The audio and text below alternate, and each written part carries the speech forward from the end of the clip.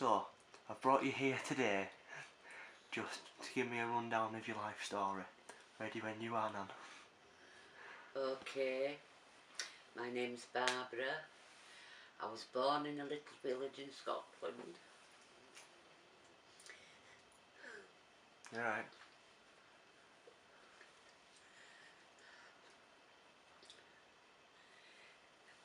Called the Renton. Do you want me to stop?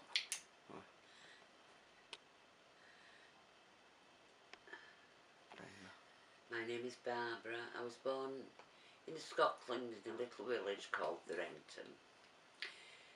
The year was 1945.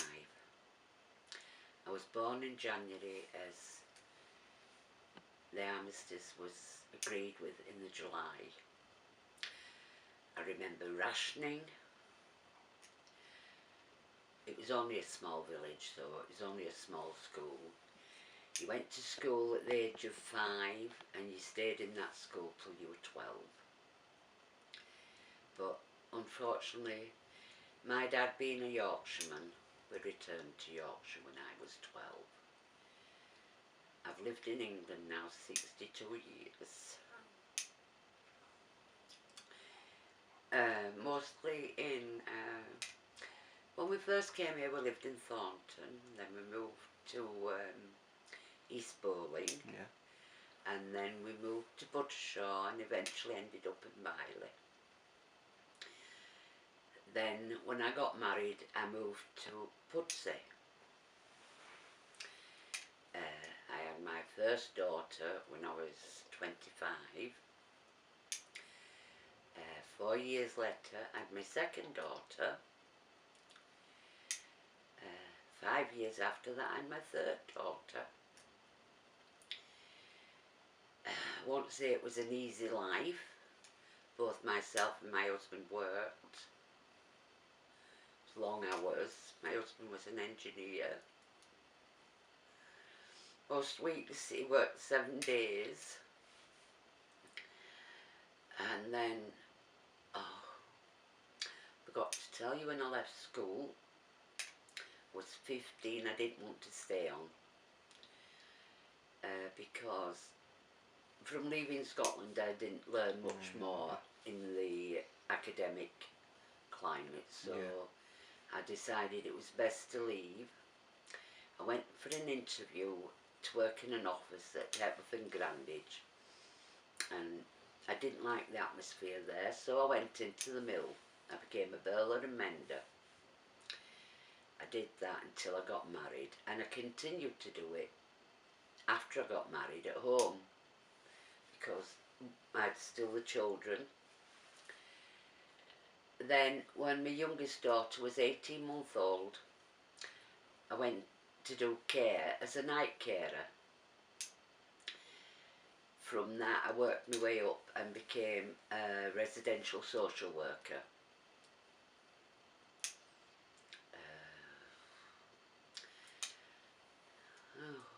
It's such a long time now. I did 30 years as a carer. In the care system, we'll say. I always worked with the elderly. Never wanted to work with children. Not that they were more demanding, it's just, it's more heartbreaking. People think the elderly have only got death to look forward to, but they haven't. They've life histories to tell as well. And there were so many things for them to tell me, because some of them were so old. They'd lived through 2 wars. My husband was in the RAF.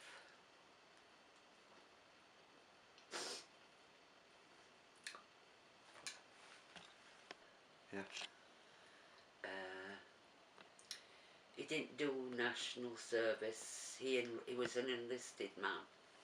Was a corporal. He did engineering while he was in the RAF also. He was aeroplane maintenance. He enjoyed his life there, but decided to come out. And then, as I said, with 3 daughters. I have 6 grandchildren, 3 boys, 3 girls. I have 3 great grandchildren. I have twin girls and 1 boy. Really don't know much to tell you. I think I've had a good life. I've had a very happy life. I've enjoyed holidays abroad in this country. Very, I'd say, middle class family. We've never really wanted for anything. We've never really aspired to want things beyond our grasp.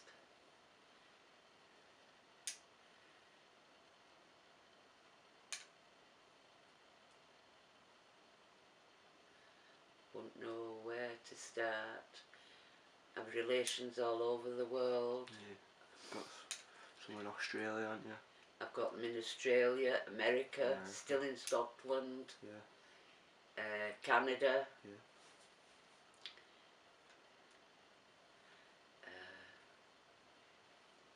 And Leeds. Yeah. Let's not forget Leeds.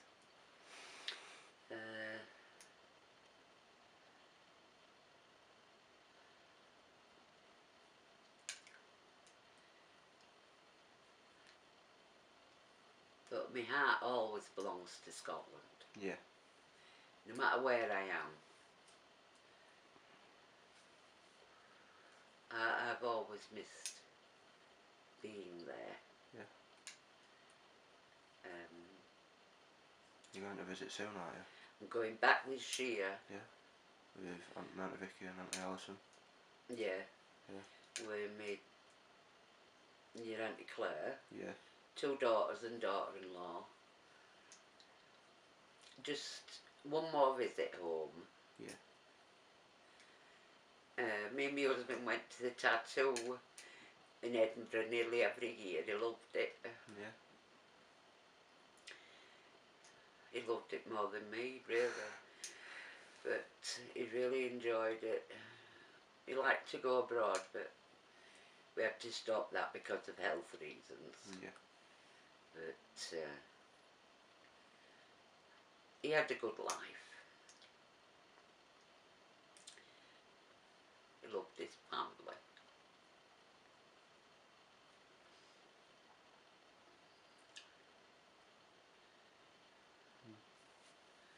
Do you want to talk a bit about your childhood? Like, going, Childhood. Yeah. Oh, yeah. got some good stories from there, haven't you? Oh, yeah. Want to know about my childhood. We lived in Balch. We moved, I was born in the Renton, but when I was about, 3 years old, we moved to Balch. It's on the shores of Loch Lomond. It was a new estate, all new houses. It was lovely. It was out in the country, and the nearest village was Balach. That's where I went to school. That was my first. Well, no, I tell a lie. I must have been 6, because my first school was in the Renton. I went there when I was 5. I even remember my first teacher, Miss Valens. Oh, she was an old so and so. She really was. And they still use the strap then. Yeah. I don't know if you've ever seen the strap. It's a thick leather band, and it's cut down the middle with 2 tongues. Right. Tongues. And when she hit you with that, it left a mark. She never ever hit me, but she did once try to hit my sister. But my granddad went and seen her. Anyway, that's another story. We'll go back to Balloch, because that's where I was happiest. Yeah. And went to the village school, and next door to school was the church. And I'll tell you now, I'm the only one in the family that's religious. They'll all tell you that anyway.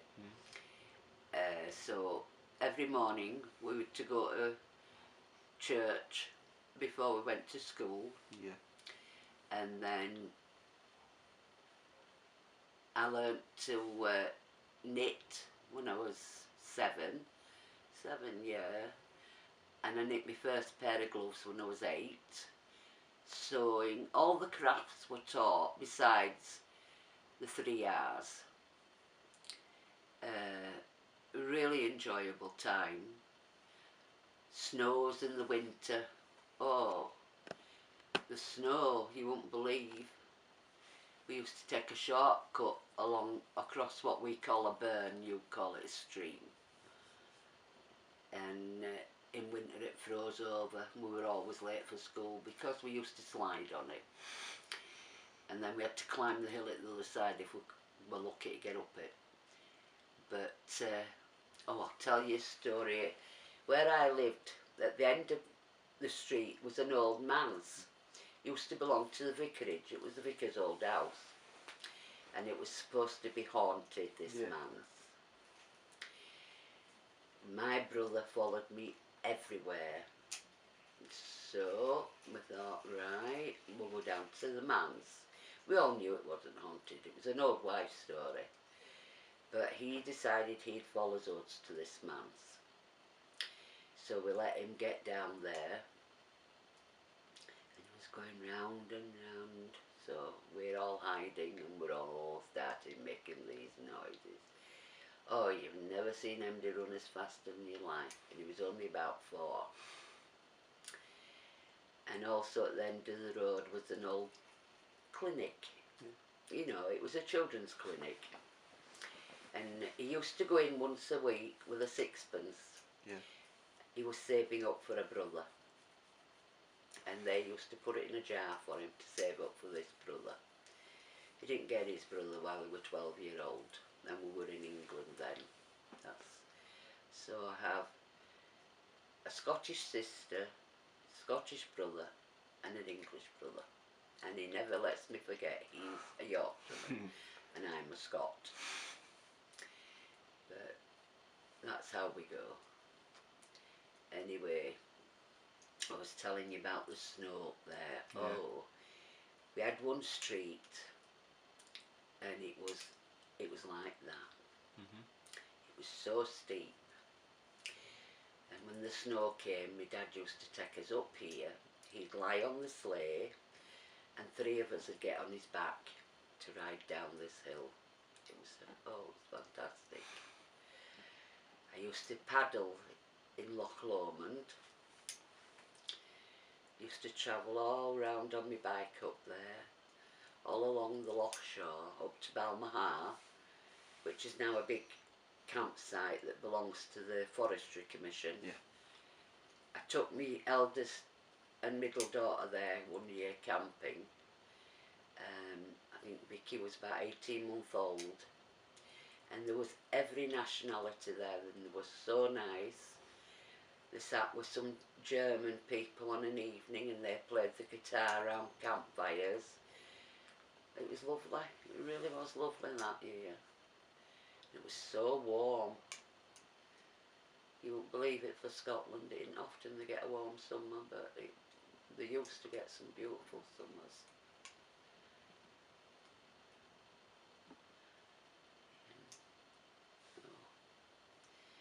I used to take a boat out on Loch Lomond.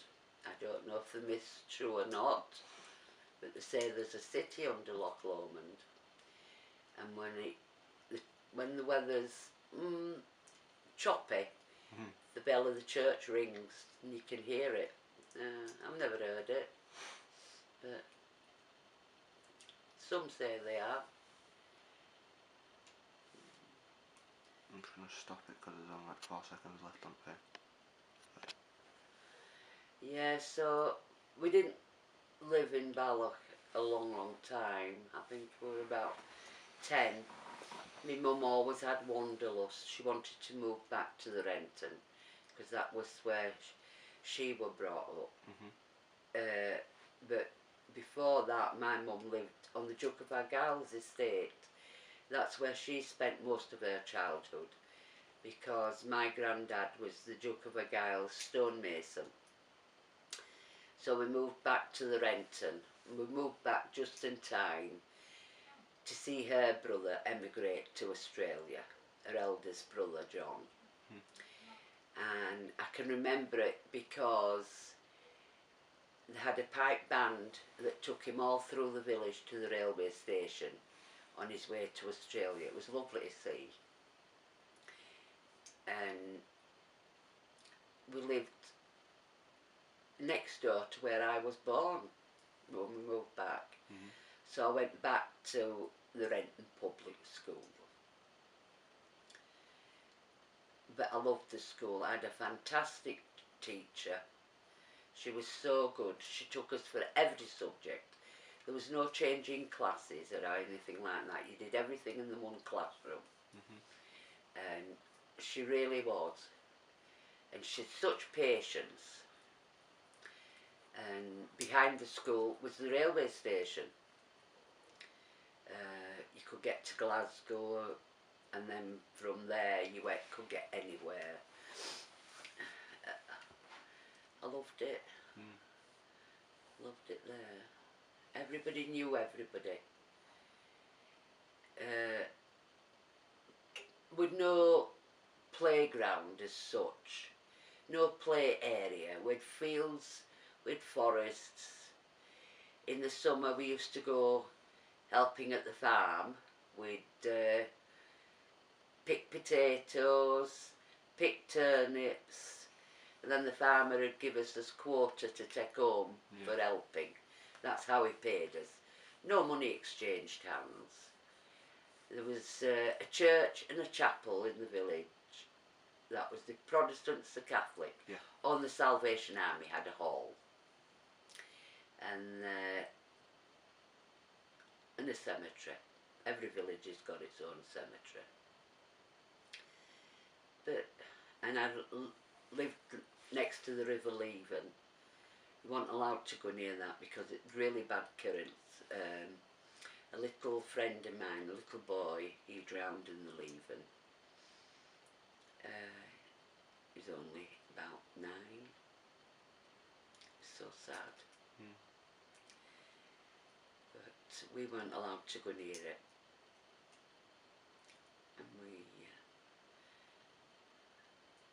And my granddad bred dogs. Alsatians and Airedale Terriers. Champions. They were champions. German Shepherds they call them now, but they weren't allowed to during the war because you couldn't say they were a German Shepherd, they were an Alsatian. That's how it all started. Sad, isn't it, when you think back to what it is now. You could go out and leave your door open, you could go anywhere, nobody bothered you. There was no bullying, not like today. You have to sit inside with your doors locked and hug my nay. Everybody's door was wide open. Nobody was ever refused entry into anybody's house. Even religion wasn't a thing. It was never like Ireland. There was things, but it was never like Ireland. You just got on with your life. Especially in the villages, you know, nobody bothered. Just did your own thing.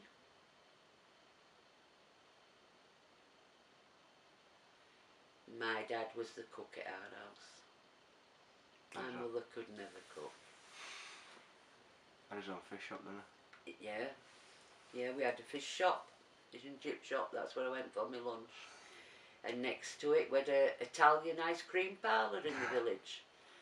Galoni, you see, can even remember its name. And I remember going to the sweet shop with my coupons when I was little. It seemed to go on a long time, and the depression was bad. It was bad in the village, the depression. Once so bad for us just after the war, because my dad worked for the Admiralty at the docks, you know, with the cargoes coming in and out. like an exciseman, but it was only for the Admiralty. Yeah, so we weren't so bad, but then that closed down. A lot of the docks closed, so a lot of work were lost, because that's where most of the work was in Scotland, in the docks. So then he went into, I remember him going into a cloth factory, and this cloth factory brought out the first accordion pleated material. Yeah, and it was on the River Leven, just round the corner from me. And on a Thursday night I used to have to cycle on there, and my dad threw his wage packet over the wall to me, because by the time it got to a Thursday there was nothing left in the house to eat. But that was the Depression, and you just did what you did. My sister invited all her friends to the house for a birthday party. My mum says, how can I give them out? You know, what can we give them? We've only enough to feed ourselves. So my dad baked apple pies, fairy buns. Yeah. Once a week my dad used to polish the hall. It was a right long hall, because it was a 4-bedroomed, and it was like flats. Yeah. But just one down, one up. We were upstairs, and once a week he'd do the lino in the hall, polish it, and he used to put an old cardigan or whatever on a broom, and we'd stand on the broom and he'd push us up and down the hall to polish it for my mother. Silly things you remember. We had a playroom, because when you looked at it, it looked as if it had a turret on the front of the flat. Yeah. And that was the staircase, but above it was a round room. So that was our playroom in winter.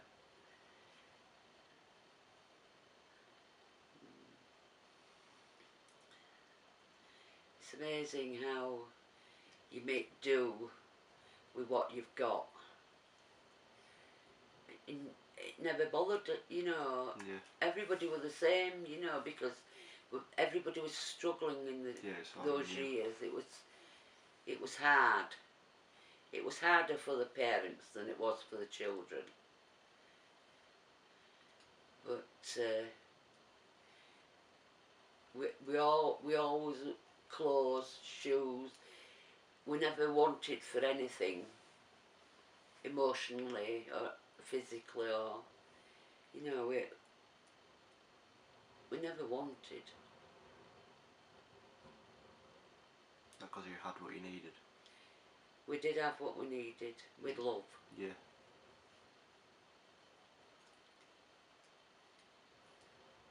With parents that did what they could.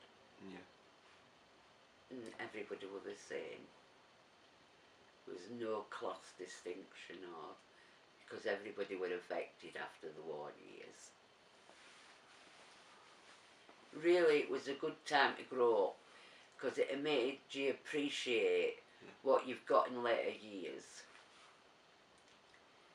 It makes you more appreciative of what you've got. The only sad thing is what you lose over the years.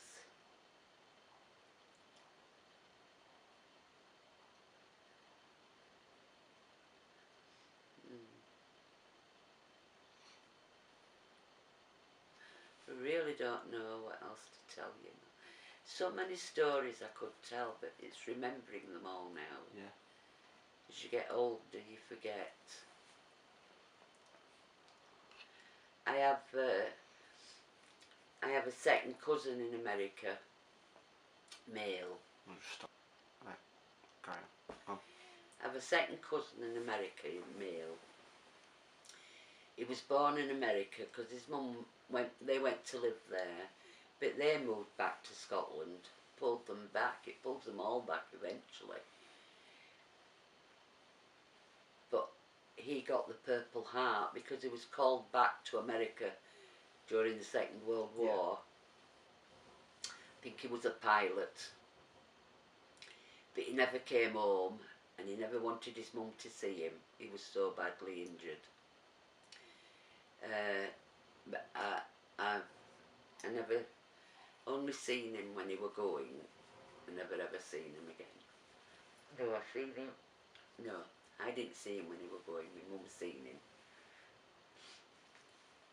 But his sister went to live in America, and she went to see him, and she said she was glad that his mum hadn't seen him.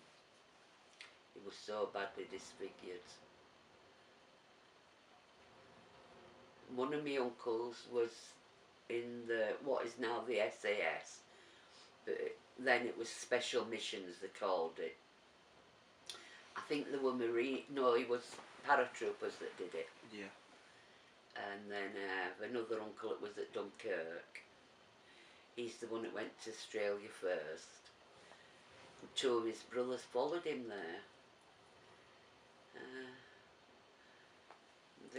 One of my uncles has been back, and the eldest one, his son's been back, been here to see me.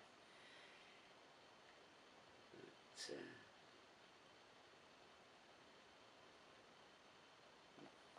childhood passes so fast.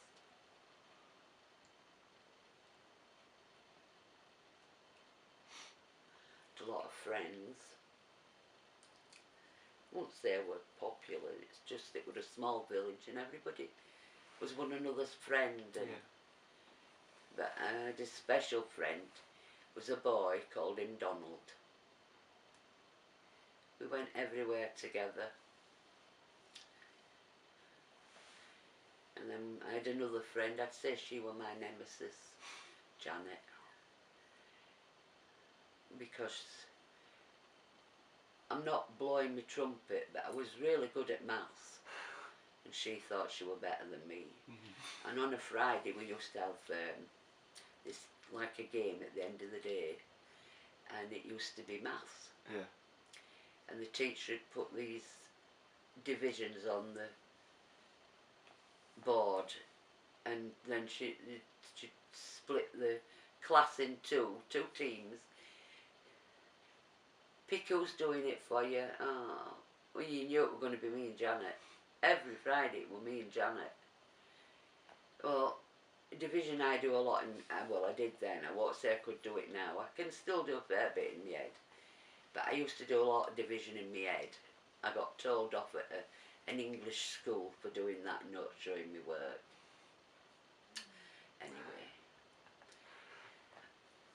But 9 times out of 10 I beat her. But she kept saying she could do it. She just loved it. She was the railway master's daughter. She lived in railway station. Oh, I must tell you a story about my uncle. My uncle got this motorbike, and the street that runs through the village is called the Main Street. Yeah. And he got this motorbike, and he's riding along, and the policeman is walking outside of him, and he says to him, "I'm going to do you for speeding, Tommy." "Well, I'm going to do you for speeding." He says, "You're walking with me?" He said, "I know, but I need to put something down on my report for Mum. So I'm going to do you for speeding." It's a good one, isn't it? Yeah. Walking outside of you, "I'm going to do you for speeding." Oh, I thought that was hilarious. Oh. Tell you, just to get a report on his monthly. Oh dear.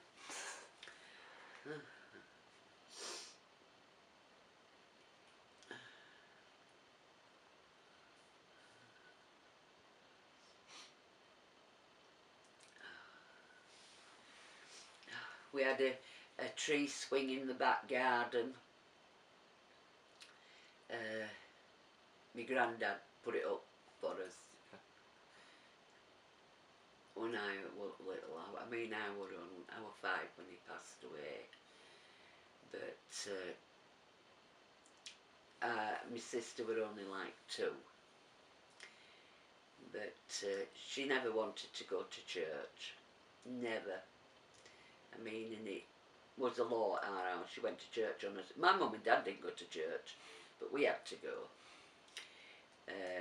I mean, they'd go for if it was something special. And every Sunday she'd go on the swing to tear her clothes so she didn't have to go to church. She'd do it every Sunday, without fail. She'd find something. She'd find something to catch herself on, or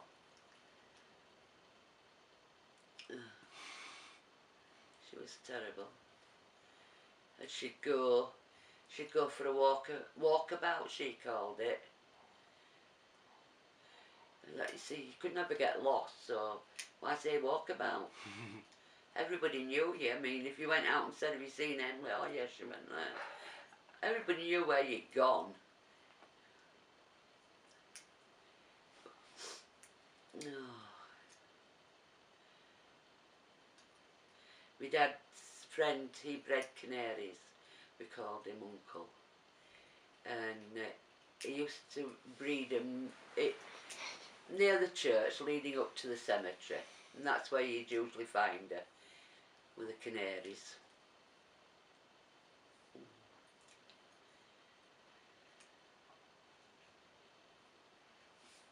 And on a Saturday I went to the cinema, matinee. We even had a cinema in the village. Tell you, we had everything in the village. Oh, I forgot about, we had 3 churches. There was one opposite the cinema, believe it or not, down the street opposite the cinema. I forgot about that one. And I used to have to take my brother, or I wouldn't go. They called it matinee, but you went in the morning. Yeah. And my mum used to give us all a shilling. I'll give you a shilling and go to the cinema if you take your brother. Our Emily wouldn't go, but she kept the shilling. So I used to have to take it. I didn't want to. I used to say to him, you don't want to go this week, do you? Yeah, he wanted to go every week. Even when it were horror. I remember one film. I don't think he's seen any of it. They called it The Creature from the Black Lagoon. I can't even remember the name of the film. It was a bit scary though. Well, it was. In them days it was. It was as scary as it gets. Is that the one where it's on Amazon River? It's in a big lagoon. Right. And it's like what you'd see is like an alien now coming out of the lagoon, you know. Something like that alien film. I only ever watched that bit because I don't like horror movies either. But it didn't bother me then. You never seen any of it. It were hidden on the floor from the beginning to end. And he still wanted to go back next week. He loved Dan Dare. Dan Dare, is that what they call him? They brought it out. Yeah, they're doing his films again now. Alright. I've seen them advertised. I don't know whether it's a new thing or repeats, but I'm sure it was called Dan Dare. Yeah. Well, he liked a cowboy. But he was a right wimp. Oh, he was a wimp. He was, when he was young, he was a right wimp. We did the same to him at school, with ghost thing. Yeah. Because we used to go, after lunch, we used to go up into the woods behind the school. Everywhere around was woods. Not big woods, like copses, you know. And we used to go up there just for a walk, or we'd be going to find acorns and different leaves and that to take back for his biology things. And and he used to follow us. My mates used to say, what was he doing? Following me. Follows me everywhere. Anyway, we did it to him there. Boo. Boo. And he was shouting, if you don't come out, tell me mum and dad when we get home. Anyway, we got him. We just got him, and then we all shot. We had to cross a little burn to get back to school. He fell and he were wet through. I had to take him back to school wet through. What happened to him? Baby fell in burn, he were following me. He said, we heard that noise. We didn't hear any noise. We did.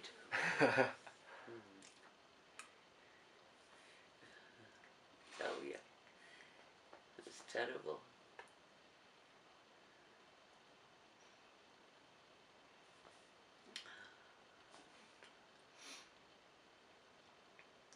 Got a fair few experiences with like actual paranormal stuff, haven't you? Like ghosts and that. Oh yeah. That were actually real. They were real. Yeah. Yeah, I have had experiences with ghosts, especially in the care profession. Yeah. I've had visits at home from past relations. I just think I'm highly susceptible to it. Yeah. In the care profession, I did 8 years on nights, because I did the nights because it was better for my children. I was home in the morning to get them up, breakfast them, get them to school, and then I'd go to bed, and then I'd get up in the afternoon and I could pick them up from school, and then when I'd fed them and that, and the dad got home, I had to lie down for an hour, put them to bed, and it was time to go back to work. And I remember one evening, we used to have to wash the clothes, the clients' clothes through the night, or residents, Yes. whichever you want to call them, and we'd to fold them all, underwear, everything. We did all the clothing, and we were folding them this night, me and my friend, because we worked 2 to a unit, but we had 40 residents on that unit. Right. It was hard work, believe you me, because it was mixed. It was mixed men and women, but not only that, you had mixed degrees of senility. You had Alzheimer's, you had Parkinson's, you had double incontinence. It was hard. So you were continually washing, besides seeing to the residents through the night. And we were folding the washing this night, and Margaret says to me, "What's up with your hair?" I said, "What do you mean, what's up with me?" She said, "It stood on end." I said, "Don't be stupid." She said, "Barbara, your hair is stood on end." I said, "Oh." I said, "Oh, I feel funny. I'll like sit down a minute." She says, "Oh, are you alright? You sure you're alright?" I said, I think so. "Oh, I do feel funny." So she tried to come near me, and she couldn't get near me. She says, "There's something blocking me. I can't get to you." She says, "Oh, I'll have to get somebody." I says, "No, it's alright." I says, "Whoever it is, they don't want to harm me." I said, "But I just don't know who it is." Anyway, it passed. Yeah. And I'd been on holiday prior to this. I'd only just come back. Anyway, we carried on, and the next lot of washing obviously was ready for folding. So we went to this where we did it. We started to fold, and it happened again. I said, "Oh, Margaret, I can't cope with this. It's really stronger this time." Yeah. Anyway, just as it was happening, Pearl, it worked on another unit, was walking through. She says, "What's up with her?" Margaret says, "I don't know, but it's the second time she thinks it's somebody talking to her." She says, "But she can't make out who it is." So she says, "I bet you it's Betty." Betty was a resident where she was a double amputee. Yeah. And she passed away while I was on holiday. And I used to sit with her at night, because some nights she got a lot of pain. Yeah. Because amputees do, because it feels as if the leg's still there, you know, and it creates pain. Anyway, as soon as she said her name, it went. I said, "Oh, it must have been." And then I remember one day, another friend was coming to work in the afternoon, and she says to one of the lasses, "Oh, if you're looking for that little lady, she's just gone out there. She's got a right bunch of flowers."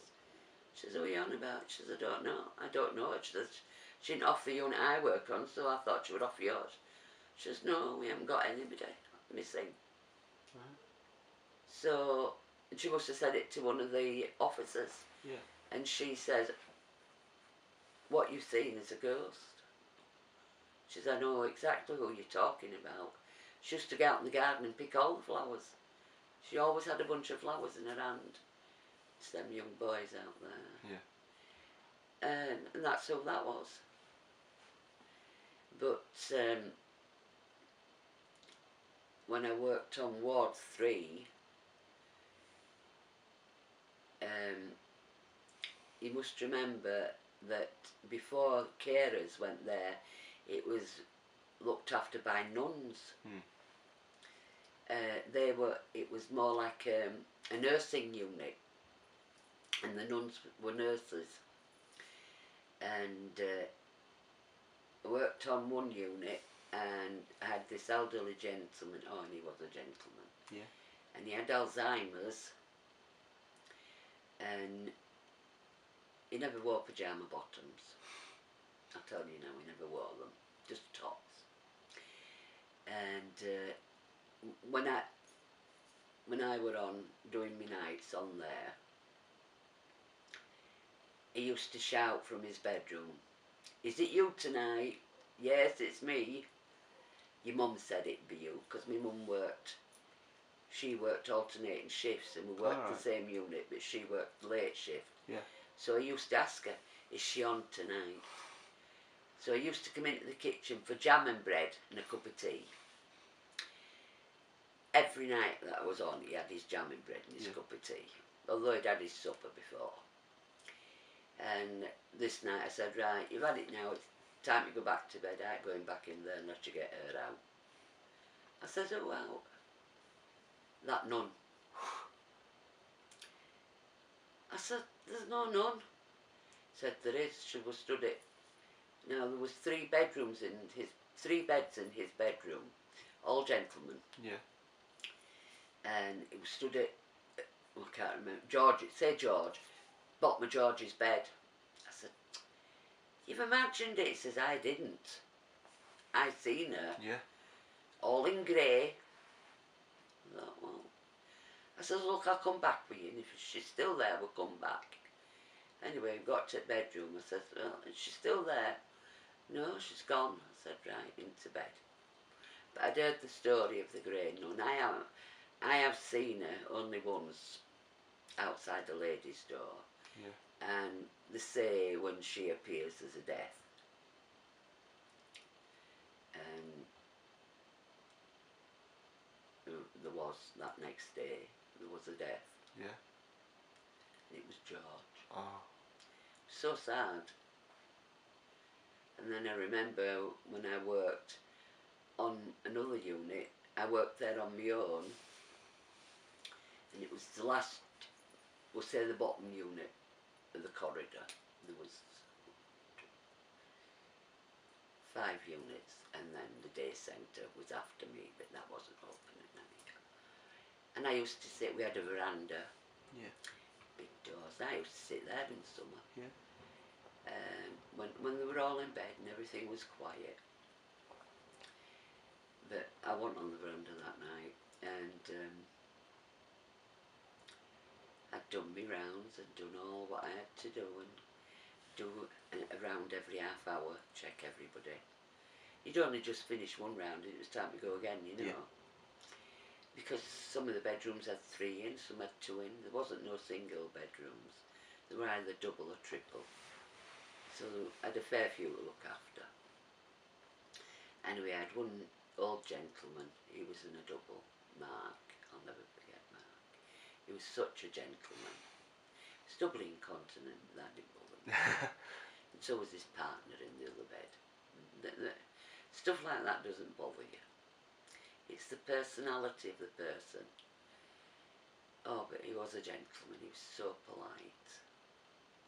So lovely. I think he reminded me a bit of my dad. Yeah. But this particular evening, well, it was early hours of the morning, I'll carry on. because at that time I was still doing care, I was still doing nights. Yeah. So I got the officer up, I said, "I'm not happy with Mark." It would be about 5:30, maybe 5:45 in the morning. I said, "I'm sure he's got pneumonia." I said, "It's come on really quick, too quick." So she said, "Right, I'm coming up." So she got up and she rung the doctor. I finished at 7:30 in the morning, and the doctor still hadn't arrived. Right. And I was allowed to leave the unit at say 7:20 to go and get me coat and all that. So, and then to walk up the corridor to sign out. So by then it'll be about 7:25. And my auntie was a cleaner on days on that unit. And I said to her, it was 7:25, and I said to her, you better get down there and tell them Mark's just died. She said, how do you know? I just know. Yeah. Anyway, I went home and it was my mum's day off that day, so but my auntie called on her way home to tell me that Mark had died that morning. I said, I told you. She said, I know you did. Anyway, when I went back in that night, because I hadn't had a chance to say goodbye, Mark was walking down the corridor to meet me. Yeah. Now I know a lot of people don't believe in stuff like this. Yeah. It's hard to believe if your own family don't come and tell you, or you don't see them. So it's really hard, but it depends on how strong the spirit is as well. Yeah. So I don't know. I just think I'm susceptible to things. I could always tell when something bad was going to happen. Yeah. Even in the family, I could tell. Yeah. I could tell my dad were dying the night he died. I could tell when my sister were dying the night she died, although I spent it with her. Mm. I knew the morning my mum died. I knew the morning your granddad died. It's like, I wouldn't say a sixth sense, it's just Gut feeling. feelings, yeah. Yeah. I Feelings. know what you mean. But I was never frightened by them, you know, I was never scared. And yet I can't watch a horror movie. Funny, isn't it? Never could, from getting to, say, because I went and seen The Birds, Psycho, but say getting past 22, 23, no, couldn't after that. Couldn't watch out like that, vampires out like that. No. Yeah. So you could say I've had a varied life then. Weird life, but varied.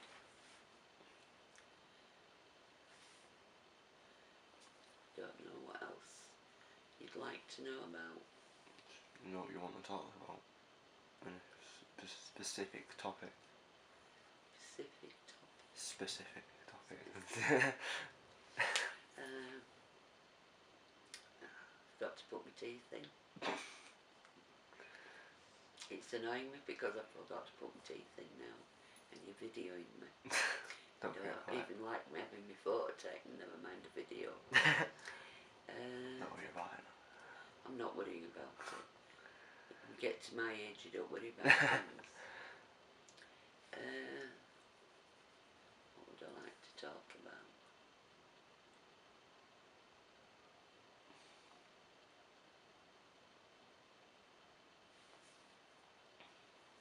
We'll just stop it. What's you thinking? I'm going to tell you how I met my husband now. Yeah. It was a blind date. Didn't particularly like him. He'd been married before, was a divorcee. But we went to the Peacock at Eden, had a few drinks. We went home. I came back to Bradford. He lived in Leeds. Well, he lived in Pudsey. And didn't make no arrangements to meet again. And then at the time I was burling and mending, but not on cloth, on carpets. I was a carpet mender then. Oh, I forgot what they call it now. Anyway, that's irrelevant. It was a mill, another mill. And got a phone call. Eileen, she was the manager, came. He wanted on phone, ma'am. I said, oh, I think they call him Herman. I said, oh no. Tell him I'm off. She said, okay, I've told him you're here. Come and answer it. So I went. And he wanted to meet again. And I thought, oh, I hate saying no to people. It's so rude. So I said, oh, all right. He says, oh, well, we'll meet in Bradford. I said, fair enough. At the side of the Alhambra. I said, oh, fair enough. But he didn't say which side. So I was at one side, he was at the other. I waited half an hour, went home. So then my friend, because it was a double blind date, only thing was she knew who she was meeting. She said, oh, Herman's been in contact with me. I said, oh, yeah, well, once you meet him, he's going to take you to meet you off the Bailey bus. I said, oh, will he? That's how we met. And it went on from there. He had 3 children already, which he had, not his ex-wife, he had. So when we got married, I had a ready-made family. Then I had my daughter. That made 4. But his eldest daughter went back to live with her mum. And then his youngest son went back to live with his mum. And I was just left with the middle son and my daughter. And then I had my second daughter because my eldest daughter wanted a sister or a brother of her own. So, and then I had my third daughter. Didn't plan to have no more after the second, but I won't part with any of my daughters. I have 3 good daughters. Yeah, I am. They're all good mothers. Vicky's kind of adopted mother. She doesn't have children, but she loves the nieces and nephews.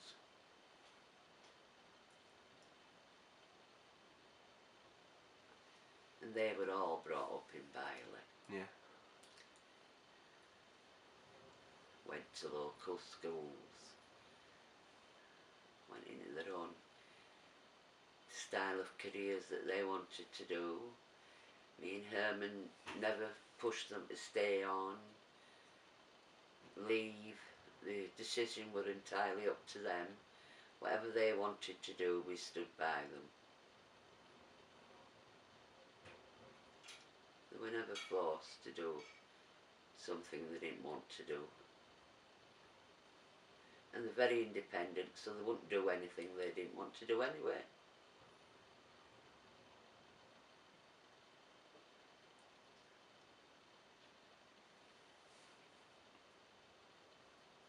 I know I keep stopping, but I keep trying to think of more stuff to tell you about. That'd be interesting, I tell you. It's been rather a dull life now when I think about it. That was silly. Oh. Holidays. Yeah, Where have I been? Mallorca. I've been there a few times. Ibiza. I love Ibiza. I absolutely love San Antonio. I know it's supposed to be the nightclub thing, but it's lovely there. We liked Alcudia, didn't we? Yeah. We liked the beach there. Bulgaria, I've been there. I've been all over Italy. Been to Rome, Pompeii, Capri, Sorrento, Siena, Pisa, Florence, Which one do you like best? Venice. Venice. No, the country I love best is Italy. Italy. I love Rome. Yeah. I love Rome. St. Paul, St. Peter's. Yeah. Beautiful. So quiet, so peaceful, so beautiful inside. Yeah. I love to watch the Swiss guards. Yeah. With the pom-poms. Oh, they're so proud down there as well. Look so hilarious. But, yeah, I love Rome. Trevi Fountain, Colosseum. Beautiful country. I like Sorrento and all. Yeah. Yeah, I like Sorrento. Only place I won't keen on is Naples. Oh. Yeah. Oh, I don't know whether it's because it's such a thing with the mafia. Right. Naples was the mafia city, wasn't it? But it seemed dirty somehow, you know. It wasn't like some of them. I mean, Bulgaria, I really like Bulgaria as well. But that's mafia as well. And it's very Spanish now, so I've been told, because that's where they go for the holidays. So it's lost its character a lot, I think. I mean, when we went, it was just sort of getting going, and there wasn't a lot of hotels. Now all the spare land there is hotels. It's just a mass of hotels. Yeah. But I loved it there, and it was so clean. I mean, I used to sit on the veranda, say about 5 o'clock in the morning, having a cup of tea, and you could see these little women with the bisms, not brooms, bisms, you know, with the twigs. Yeah. Sweeping the streets and paths. It was really clean. I really liked that. It was clean. But I've never fancied Turkey or, you know, that side. Don't know why, just haven't. But I'd go back to Italy if I could. I'd go back to Italy. I can't fly anymore. But when we went to Italy, we went by ferry. Right. Went coach, ferry, and your Aunt Emily went with us. 2 families went. And I remember when we got to this, where we were stopping overnight, not the actual hotel we were stopping at for the full, just an overnight stop on his way to Sorrento. Your Aunt Emily went round the corner, because you didn't get in the front of this hotel, you went in the back door. Right. And she come back, she says, oh, you're going to love it here. I said, oh, am I? She said, oh yeah, you'll love this. I thought, oh, it's going to be a beautiful garden, you know, somewhere we can sit. Yeah. And I walked round and there's all these elderly people with zimmers. She says, I told you you'd like it here. Because it was their holiday. And apparently this is where they went. Because it was a seaside stopping place. Yeah. And the sand there was volcanic, it was black. Right. So that was weird to start with, you know, this black sand. But yeah, but we were only there a night, thank God. I couldn't have done without for 10 days. Just stop there a minute. No, I couldn't have stopped there 10 days. It would be like being back at work. Want a break. Oh, and then we stopped at this, like a truck cafe thing, you know, like where the truckers would stop here.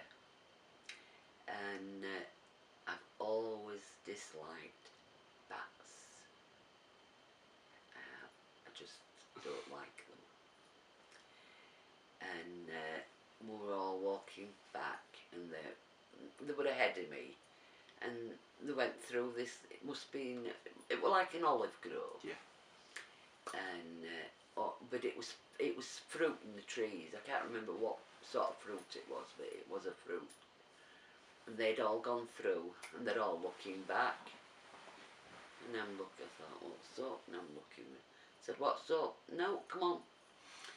So when I got through, met them, my sister said, look back in the trees. Oh, it were covered in bats. If I'd have seen them, I wouldn't have gone through them trees. Oh, I've never seen as many. There were fruit bats. Yeah. They were eating the fruit. Oh, they were absolutely tops of the tree. You couldn't see top of trees for all these. Oh, God. Ooh, I shudder now when I think about it. And my sister hates boats. She really hated boats. And when we went to Capri, we went on this, well, I suppose you'd call it a small leisure boat, you know, but it was an upstairs and downstairs. And like a catamaran? no, but a boat, but an old boat. Alright. And it portholes in cabins down, Yeah. you know, where you could go and sit. She says, we'll go downstairs. I says, why can't we stop up here? See, you know. Because it wasn't a big, it's not a big crossing from Sorrento to Capri. Bit choppy like, but she says, no, we'll go down. Because she's terrified. I mean, we've been on the ferry. Yeah. And that was bad enough, and look how big a ferry is. Anyway, we went downstairs. We got downstairs, and these portholes were below the water. She says, I said, don't look out. Keep your back to it, don't look out. So, and we're going, oh, look at that fish. I've never seen a fish like that before. She says, don't be telling me stuff like that. Don't be saying that. Don't say out like that, you know. She was terrified. Terrified. That's when I found out when we went to Capri what a funicular is. Right. Do you know what it is? Not a clue. You know the lift at Scarborough that goes up like that? Right. That's what funicular is. Because they have one in Capri where you go up to Upper Capri. Yeah. Because Lower Capri, you have some shops and restaurants and cafes. And Upper Capri, there's where the ruin is. And Gracie Fields lived on Capri. Right. That was one of the reasons I wanted to go. I wanted to see where she lived. You couldn't see it. You can't see it from on the land, and you're not allowed down the road that leads to it. You can only see it from the sea. So I sent your Auntie Vicky and Gareth, your Auntie Claire, out on a boat to go and take pictures of it. They couldn't see it from the sea. And to get into the Blue Grotto on Capri, you've got to go in a canoe. Yeah. So I didn't go in there. Because you'd get off the boat into the canoe out in the water, and you know your nana don't swim. So I didn't do that. But when we were in, me and Grandad, Mallorca, we went to Palma. We went on this tour. Can't remember what they called this. Draco Cave. Sure it was Draco Cave. And you went on a boat and you went in and you got off and there was all seats. Yeah. And you sat, it was all lit, it was lovely. And then this, like a quartet, playing classical music, came round on a boat from behind the other side of this cave. Yeah. And they played, it was lovely. Yeah. Really different. The only thing I didn't enjoy in Mallorca was when we went for this suckling pig meal. What's that one? Suckling pig, it's a young pig and they do cook it on a spit. Alright. I mean, when we got there was all these spits with all these pigs on. I thought, oh, we're in for a really good meal here. Anyway, when we got in, there were right long tables. We went to see a group. I can't remember the name. I have all the programmes upstairs because we kept everything. Well, you know, Grandad kept everything. And sat there waiting for this meal. table was, say, there was like 10, and then the next table, it dropped, and then there were 10 on the next. They were like that. We were sat next to a Dutch couple, really very nice, and they brought these 2 bottles of wine, one rosé, one white. Oh, I said, we're doing well. And the waiter said, no, this for all of you. 10 of us, 2 bottles of wine. Says to Herman, well, it'll be a tot. Anyway, the first course, well, we thought, this arrived, let me put it like this. We thought, because it was supposed to be a 4-course meal. Right. So this arrived, piece of lettuce and a tomato. I'm not joking, Tyler. That's all that was on the plate. And this cost your granddad a lot of money, this. Because it was a silver wedding. Right. That's why we went. Anyway, this Dutch lady next to me, she says, is something else coming? I said, I don't know. Anyway, 2 minutes later, come to get the plates, and we held on to ours because we hadn't eaten it, me and this woman. We were waiting for the next bit. Yeah. He said, you finished? I said, I haven't started. Is this it? He said, oh, this is your first course. Piece of lettuce and a tomato. So we ate it, me and her. Didn't need to come back for plates. Next thing it arrived was a jacket potato. No butter, nothing. How big got jacket potato? That was it. Jacket potato. Your granddad looked at me and said, what's this? I said, jacket potato. And this Dutch lady says, what is it? I said, it's a jacket potato. She said, I know, but is this what? I said, I think this is your second course. And it was. And then after that we got a slice of this suckling pig, 1 slice. 1 slice. 1 slice. And you'll never guess what we got for dessert. A slice of Viennetta. I was starving. I'd waited all day for this big meal that your granddad had promised me. And that was it. Oh, says, we're going to have to get something to eat. Well, we can't get out here because all they've got is this. I says, oh, I'm glad when they stop singing and we go home. Go back to the hotel and get something. I was so disgusted. Right big, like a big Spanish ranch house, you know. Oh, we thought, oh, we're in for a really good meal here. We'd even better going to watch the bullfighting, but I don't like that, so I won't go. Not bullfighting, it was knights, like a jousting. Oh, right. Said we might have got some more there to eat. Oh. But the wine tasting was good. Your granddad were popped. I think he tried everything. The cures, oh, could have anything. The only thing they didn't have was whiskey. Lemonilla, oh, that's deadly that. Nice but deadly. Tried one, I thought, no, it was like tar, but it tasted like licorice. It's nice that. I mean, I've tasted some stuff in my time. In Bulgaria they give you this little green drink after your meal. You wouldn't like it, it's a bit minty. Is it absinthe? No. No. No, it's not absinthe. It's one they brew themselves. Right. Oh, it's deadly. All the stuff they brew themselves out there. That is deadly. But they give you... I drunk everybody's. Nobody liked it. I liked it.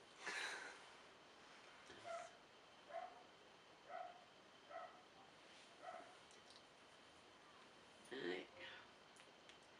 Heard how I met the old man. Heard a bit about my holidays.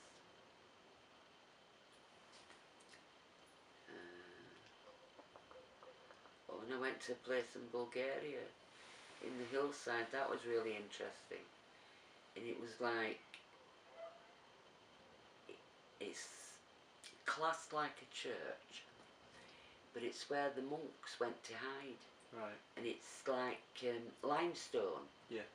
And it's all dug out like little caves. Alright. And that's where the monks lived.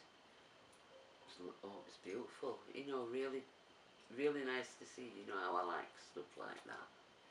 That I found really interesting. And there's still monks there because it's like a church now, a proper built church. And you could get tapes and chanting. I think I have some somewhere. And that was to help the funds, you know. And have a tablecloth that the monks embroidered. Alright. You know, they did it. That was really interesting. That I like out like that. So I think that's why I like Italy so much. Yeah. I'd like to go to Greece, but I only want to go to see the ruins. You know, I don't want a holiday. I just like. Same with Egypt. I'd like to go and see the pyramids. Yeah, sightseeing and stuff like that. Yeah, but somebody that had been told me that the smell there's horrendous. You know, so it kind of puts you off, doesn't it? Yeah. So, but I can't do them now anyway, so. But those are places I'd have liked to have gone. Whereas Grandad liked a holiday where he could go. He enjoyed Italy, don't get me wrong. He enjoyed Bulgaria because a lot of the time he spent on the beach there anyway. He likes to go and relax, and yeah. somebody cater for him. Don't like caravanning or camping, which we did a lot of because we had 2 caravans when your mum was young. Right. We had them at Spurn Point. Yeah. They were good holidays. The girls used to spend all summer there with my sister because I worked, and I went at the weekend to take the money and groceries, and then when I got time off we all used to go together there. Grandad wasn't keen, but he went, he'd no option. Couldn't afford holidays abroad and keep the site camp, you know, the rent for the site. Whereas we got more use out the caravans because we could go any time during the year. If we had a weekend off, we could go for the weekend. And the girls loved it. They loved it there. So did the dog. We had a chow, and they used to take the chow with it, put its sunglasses on this big, and its hat, and it'd lay under the caravan all day, like with the bee's knees. The only thing is, they couldn't let him off, because he'd just run. He got off one day and he run, and there was a cesspool. Yeah. Well, we called it the cesspool. It was just an old pool had been built on the beach, don't know for what reason. There was no drains that out leading into it. It just used to fill up with water and empty when the tide came in, you know. And but when it had water in it, it stunk. So Chang went and had a swim in it. So then they had to take him in the sea and clean him down. But he loved it there as well. And they'd friends, because all other people that went there were in the same predicament. They bought caravans so they could use it all year. Well, 11 months out of the 12. And they used to stay there all summer with the children. Their husbands were at work. So they all had friends. They all made friends. They all stuck together. And you knew where they were all the time. And then we'd go down on the Spurn, because you could see all sorts down there, and all the bird life, and loads of different birds, seabirds, and sometimes you see seals off the Spurn when they came down the Humber, or up the Humber, whichever way. Because Grandad, when he went in engineering, he helped to build part of the suspension for the Humber Bridge. Yeah. And on his way to caravan, whoever seen the bridge first got 10 pence. It was a lot back then. Might laugh now, but it was a lot back then. To them it was 10 pence. 2 shillings. I can remember when my mum gave me 10 pence and I could go to the shop and get bread and milk and potatoes and bring a change. Now, can't even get a pint of milk for 2 shillings, can you? No. Or a bag of potatoes, or a loaf of bread. And I'm not going back donkey's years for that either. Maybe I am. That'll be a fair few years yet, but we're going back donkey's years again. But I can remember it. Same as with the rationing coupons, I can remember them. Having to ask my mum if I can have one for some sweets. And then well, if I give you the coupon, where do you get it money?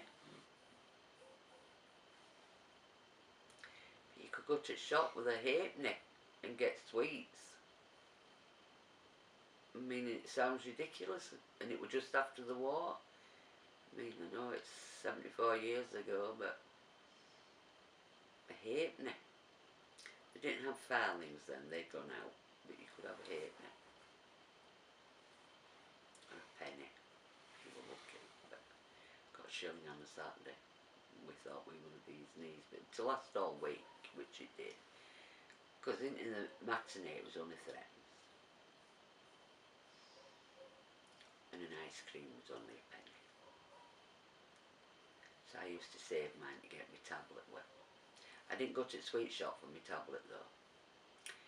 There was an elder lady lived round in the next street, and she used to make it and sell it. Hers were the best. Really. Nobody on here will know what tablet is, but it's a type of hard fudge. But it's better than fudge. Gorgeous. Yeah, can tell I like my sweets.